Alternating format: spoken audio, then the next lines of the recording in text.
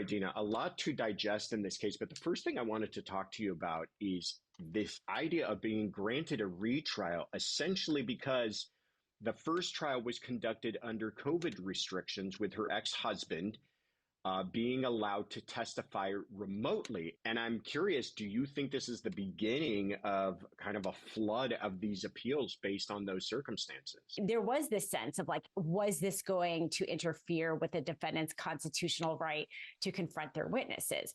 And essentially what the Court of Appeals said was it was a little bit of a narrow ruling, let's say, is they didn't say by nature, the fact that it was remote, the fact that they were wearing masks made it a violation of her Fifth, Sixth, and 14th Amendments. That's what they said. It was a violation of her due process and her right to confront her witnesses. But the requirement was that there be exceptional circumstances to overcome this really important constitutional right by the defendant. So when somebody's on video and wearing a mask, it's really hard to tell the person's expression, right? Like if you're a good defense attorney and you've just caught them in a lie, you're really only seeing the person's eyes. You're losing a lot of the impact, let's say, of that. And so you can see why that would be kind of a watered down version of a confrontation of witness, or even being remote, like the person's not right there next to the jury box. The jury can't,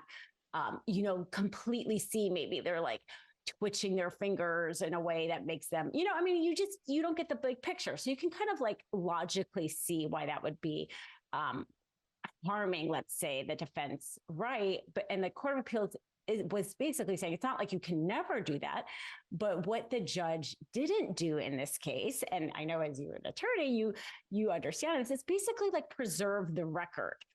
There's a reason why when we watch all these trials, and a lot of your reviewers who watch those trials, you see so many objections, and the judge has these mini hearings fleshing out objections before they make rulings, really to put all of the objections and the kind of, let's say, reasonings around it on the record to preserve the issue for appeal. So when the appellate court looks at it, they can look how that issue was handled. And the court basically said that the judge didn't say, one of the witnesses was also the manager of the pizza place. And the judge didn't say why that person couldn't travel from out of state. He just said the person couldn't travel from out of state. He didn't say that they were maybe more susceptible to COVID because of health reasons or anything like that.